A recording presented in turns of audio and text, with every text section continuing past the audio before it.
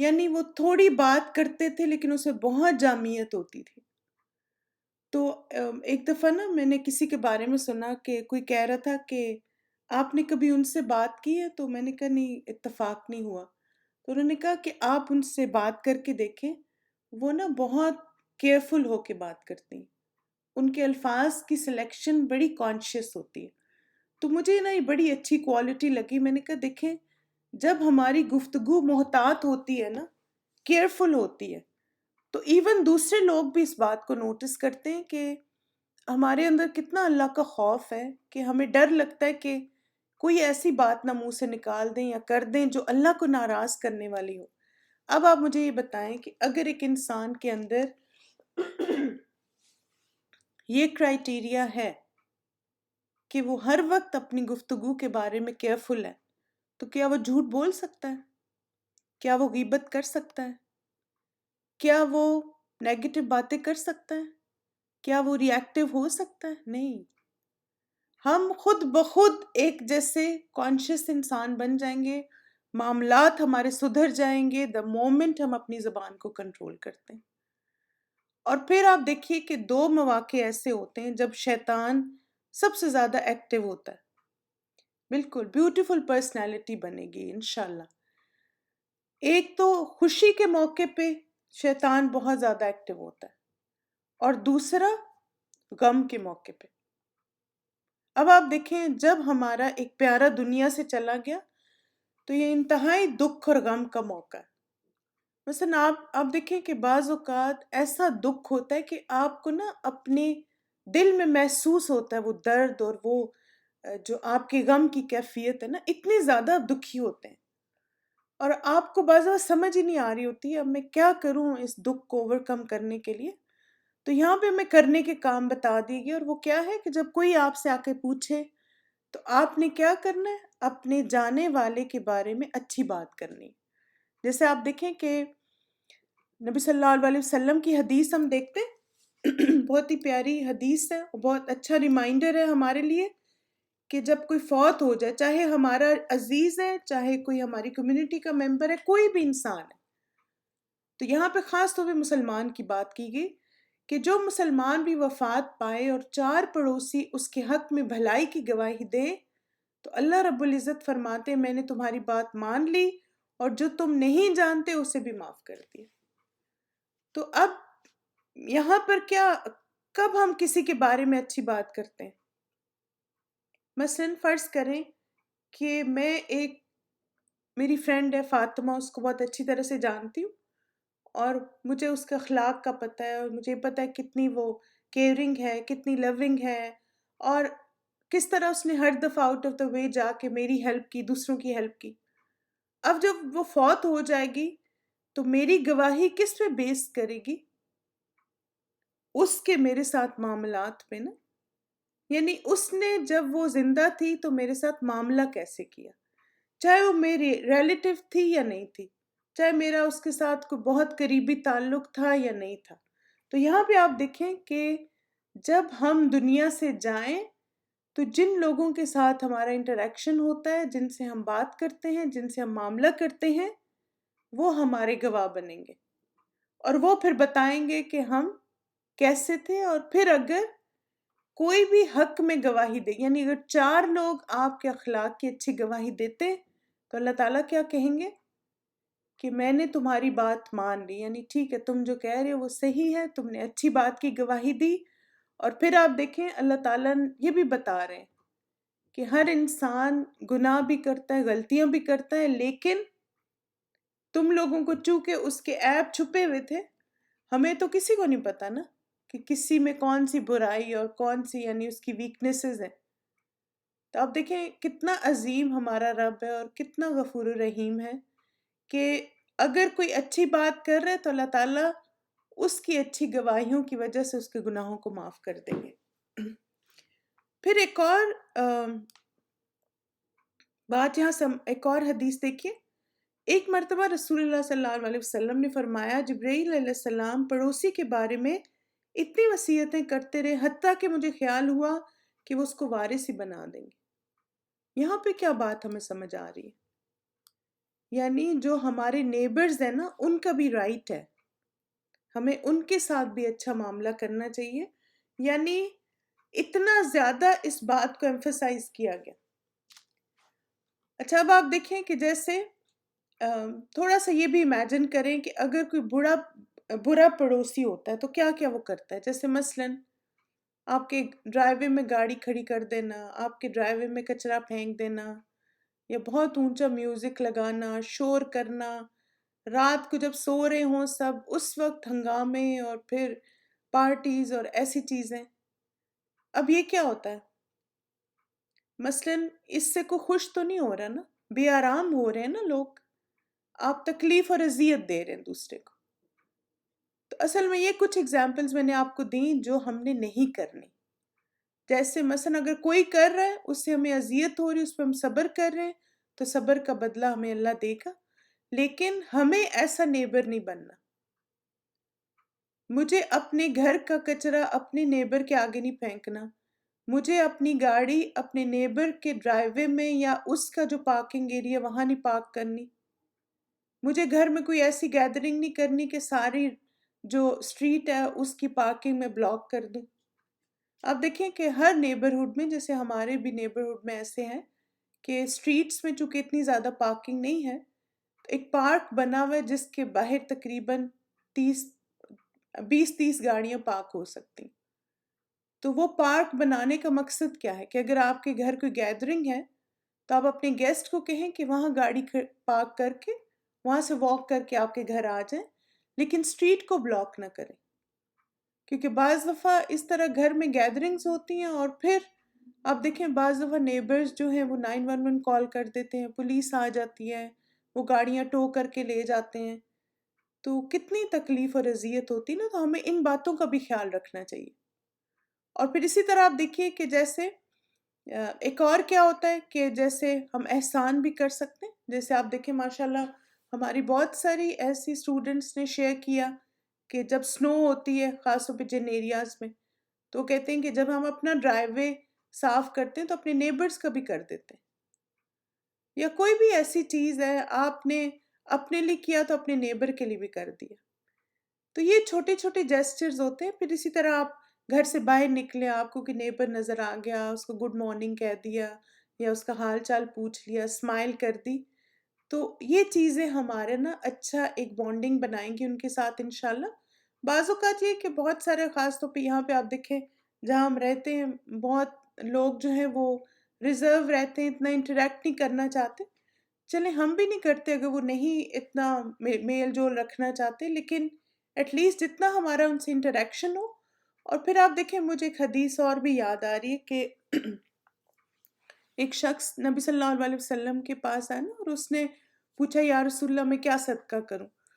تو نبی صلی اللہ علیہ وسلم نے اس کو بہت ساری چیزیں بتائیں، مال کرو، یہ کرو، وہ کرو. تو اس نے کہا اگر کسی کے پاس یہ بھی نہ ہو، کسی کے پاس یہ بھی نہ ہو، یہ بھی نہ ہو، تو اینڈ میں نبی صلی اللہ علیہ وسلم نے فرمایا کہ اگر تم اپنی ذات سے تو تم اپنی ذات سے دوسرے کو اذیت نہ دو تو یہ بھی صدقہ ہے. تو ہم نے نا اپنے نیبرز کے معاملے میں اس بات پہ خاص طور پہ توجہ دینی ہے کہ ہم اپنی ذات سے اگر دوسرے کو محفوظ رکھتے ہیں، ہم اس کو کوئی تکلیف اذیت نہیں دیتے، تو ہم صدقہ بھی کر رہے ہوتے ہیں. اسی طرح آپ دیکھیے کہ آپ کہیں باہر جاتے ہیں تو غلط گاڑی نہ پارک کریں. بعض اوقات لوگ اتنے قریب گاڑی کھڑی کر دیتے ہیں، دروازے نہیں کھلتا ساتھ والی گاڑی کا، یا اتنے غلط طریقے سے پارک کر دیتے ہیں. تو یہ ساری چیزیں نا اگر ہم کیئرفل ہو کے کانشیس ہو کے کرتے ہیں تو انشاءاللہ ہمارے اعمال نامے میں نیکیوں کے طور پہ لکھی جائیں گی. ٹھیک ہے. پھر اس کے بعد اب یہ ہوتا ہے، آپ دیکھیں کہ ہم سب انسان ہیں، جب کوئی بھی دنیا سے جاتا ہے تو ایک ہماری ان کے ساتھ ایموشنل بانڈنگ ہوتی ہے، ایک ہمارا ان کے ساتھ پیار اور کیئر کرنے کا طریقہ ہوتا ہے. تو یوزلی یہ ہوتا ہے کہ جس سے ہمیں محبت ہوتی ہے تو ہم اس کو کس کر کے یا اس کو بوسہ دے کے اپنی محبت کا اظہار کرتے ہیں نا. اسپیشلی جیسے ہمارے امی ابو ہیں، بچے ہیں یا بہن بھائی ہیں. تو کیا ہم اگر کوئی دنیا سے چلا جاتا ہے اور فوت ہو جاتا ہے تو کیا ہم میت کو کس کر سکتے ہیں؟ تو یہاں پہ ہمیں ان احادیث سے اس بات کو واضح کیا جا رہا ہے، اور وہ کیا ہے کہ ایسا کیا جا سکتا ہے. میت کو بوسہ دینا جائز ہے، اور اس کے دلائل بھی دیے گئے۔ سیدہ عائشہ نے فرمایا کہ رسول اللہ صلی اللہ علیہ وسلم نے عثمان رضی اللہ عنہ بن مدعون کی میت کو روتے ہوئے بوسہ دیا تھا، اور اشک مبارک عثمان کے چہرے پہ گر رہے تھے۔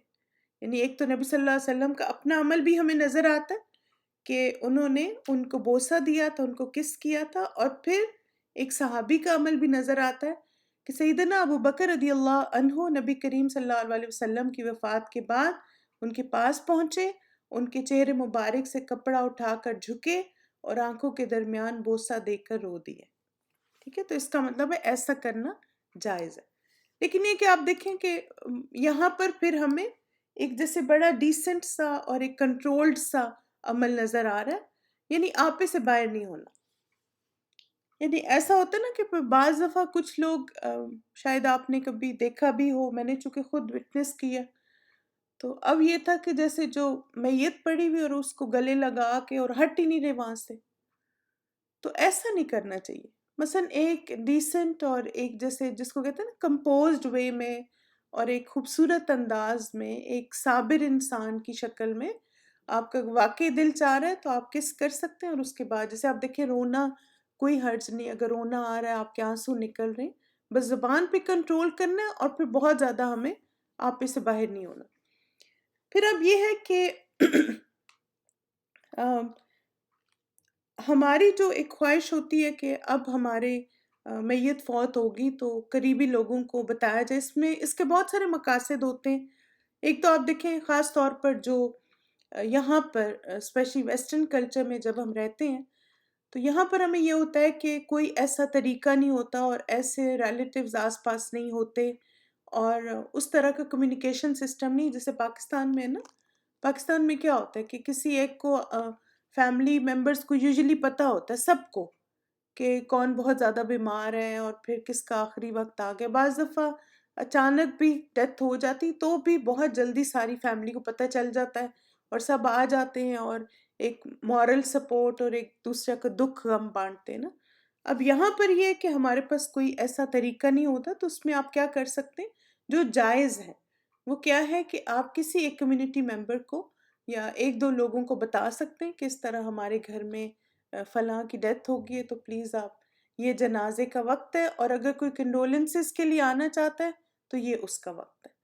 تو اس میں یہ کہ جیسے بہت اچھا رہتا ہے کہ اگر آپ مسجد میں ہی ایک ٹائم رکھ لیں، وہیں پر آپ کے پاس لوگ تعزیت کے لیے بھی آ جائیں اور وہیں پر آپ جنازہ بھی پڑھ لیں، تو وہ گھر والوں کے لیے بھی بہت اچھا رہتا ہے، لوگوں کے لیے بڑا کنوینینٹ رہتا ہے، اور گھر والوں پہ پھر ان نیسیسری بوجھ نہیں پڑتا اس چیز کا۔ تو ان چیزوں کی انفارمیشن دینا جائز ہے۔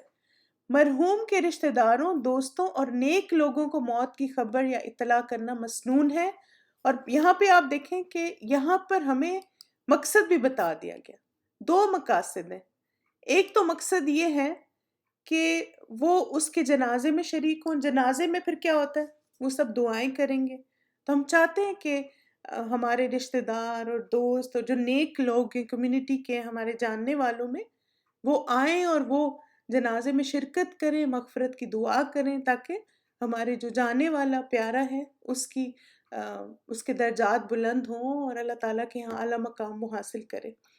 لیکن آپ دیکھیں کیا چیز غلط ہے، اس اطلاع کو اعلان کی شکل دینا، اہم مقامات پر اس کی تشہیر کرنا منع ہے، یہ نائی میں شمار ہوتا ہے۔ اچھا نائی کیا ہوتی ہے، آگے ایکسپلین کیا گیا کہ زمانہ جاہلیت میں کسی کی وفات پر کچھ ایسے لوگ مقرر کیے جاتے جو آبادیوں میں جا کر ڈھول پیٹنے کے ساتھ ساتھ نوحہ اور بین کر کے وفات کا اعلان کرتے۔ جتنے بڑے سردار کی موت ہوتی اتنے زیادہ اہتمام کے ساتھ دور دراز تک یہ اعلان کیا جاتا، اس عمل کو نائی کہا جاتا۔ تو اس لیے آپ دیکھیں کہ آپ لوگوں کو سمجھ آ گیا نا ڈفرنس دونوں چیزوں کا، کہ ایک کیا ہے کہ ہم اس لیے لوگوں کو اپنے میت کے بارے میں یا جو فوت ہو گیا اس کے بارے میں بتا رہے تاکہ لوگ آئیں اور اس کے جنازے میں شریک ہوں اور اس کے لیے دعا کریں۔ ٹھیک، اب یہ تو جائز صورت ہے۔ ناجائز کیا ہے کہ مثلا ہر جگہ ایڈز دیے جائیں، ہر جگہ ایڈورٹائز کیا جائے، اور پھر یہ سوچا جائے کہ بہت مثلا ایک جیسے اس کو نا ایڈورٹائزنگ کا ٹول بنا لیا جائے کہ ویسے تو کوئی ہاتھ نہیں آتا، چلو اب سب کو اکٹھا کر لیا جائے اب اس چیز کو ہم ایڈورٹائز کریں، ہم کسی کی موت کو کیش کریں، نعوذ باللہ، لوگ اس طرح بھی سوچتے ہیں، تو یہ چیزیں پھر جائز نہیں ہیں، ٹھیک ہے۔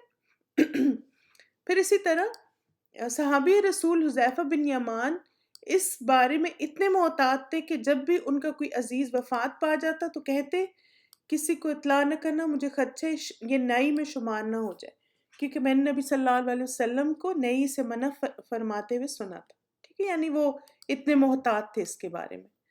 پھر اسی طرح آپ دیکھیں کہ بہترین آداب اطلاب ہمیں ہمارے دین نے یہ بھی بتا دیا کہ اگر آپ نے انفارم کرنا ہے تو طریقہ کیا ہے۔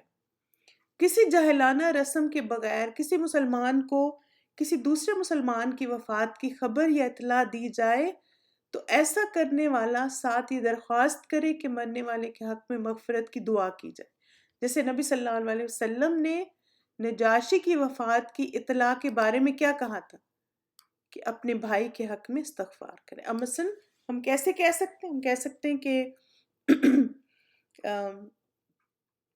مثلا میرے ابو کی اللہ تعالیٰ میرے ابو کی مغفرت کرے، کل رات کو ان کی ڈیتھ ہو گئی، آپ پلیز ان کی مغفرت کے لیے دعا کیجیے گا، اور انشاءاللہ تعالیٰ کل اس وقت ان کا نماز جنازہ ہے، تو آپ اگر آ سکیں تو مجھے اچھا لگے گا، تاکہ اللہ تعالیٰ ان کی مغفرت کرے، زیادہ لوگ دعا میں شامل ہو جائیں، اس انداز میں آپ کہہ سکتے ہیں۔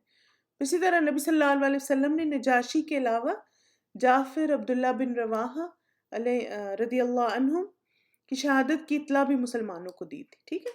اسی طرح اطلاع دینے والا یہ بھی کہہ سکتا ہے کہ مرنے والوں کی طرف سے آپ کے حق میں کوئی کمی کوتاہی یا زیادتی ہوگی تو اسے معاف کر دیں، یعنی یہ بھی ہم کہہ سکتے ہیں۔ یوزلی پتہ تو ہوتا ہی ہے قریب رشتہ داروں کے بارے میں۔ پھر اس کے بعد اب انشاءاللہ جو نیکسٹ ہمارا ٹاپک ہے وہ ہے تھوڑا سا ڈیفرنٹ ہے، یہاں پر اب وہ بات کمپلیٹ ہو گئی کہ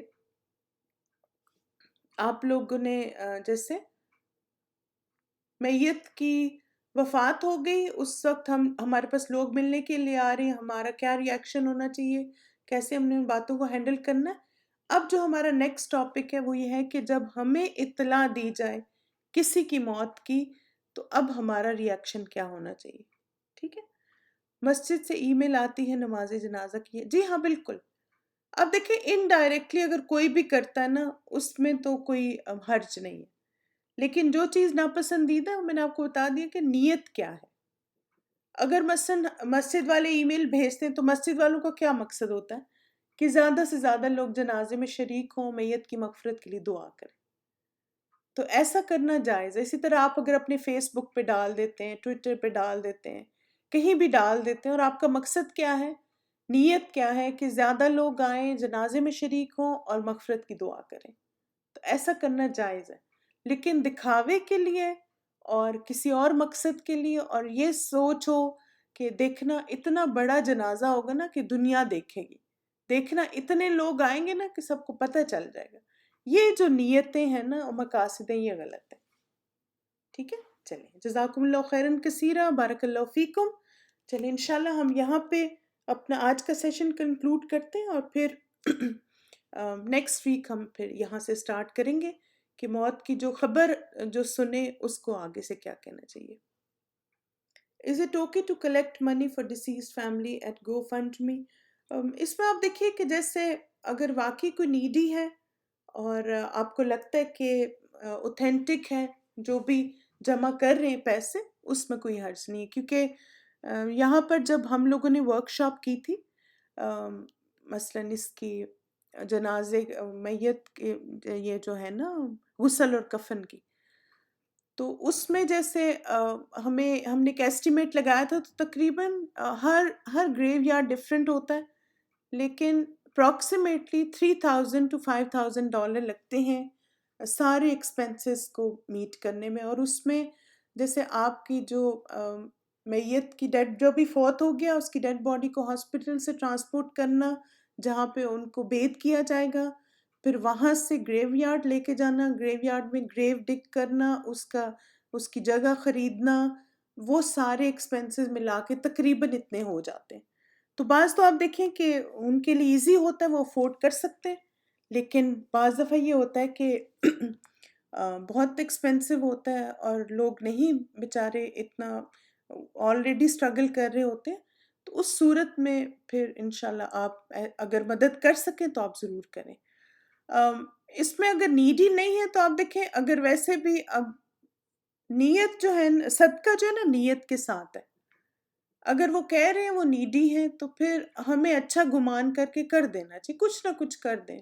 بہت جیسے اگر ہیوج اماؤنٹ نہیں کرنا چاہتے تو آپ اللہ کی خاطر جتنا بھی کر سکتے ہیں کسی مسلمان کی مدد آپ کر دیں، اور اگر وہ غلط کر رہے ہیں نا پھر ان کا معاملہ اللہ پہ چھوڑ دیں۔ کیونکہ آپ دیکھیں، میں ہمیشہ ایک بات یہ سوچتی ہوں کہ یہ جو ہوتا ہے نا کہ ہمیں کوئی کہتا ہے اچھا یہاں ڈونیٹ کر دیں، تو یہ بھی شاید اللہ کی طرف سے ایک اپرچونٹی ہوتی ہے، ہمارے نفس کا امتحان ہوتا ہے۔ تو ایسی چیزوں پہ، وسوسوں پہ نہ بہت توجہ دیں۔ Can we pray for our selves long good age اور جسٹ سے گیو برکہ ان ایج؟ نہیں کر سکتے ہیں آپ، جیسے پھر تھوڑی سی اس طرح دعا مانگے نا کہ یا اللہ مجھے نیک اعمال والی اور اپنی اطاعت والی زندگی عطا فرمانا۔ اور پھر یہ کہ وہی بات ہے کہ جس سے ایسی کوئی دعا نبی صلی اللہ علیہ وسلم نے کبھی کی نہیں، لیکن یہ کہ اللہ تعالیٰ کو پتہ ہے ہماری عمر کتنی ہے اور کتنی ہونی چاہیے، تو برکت کی دعا زیادہ جامع ہے۔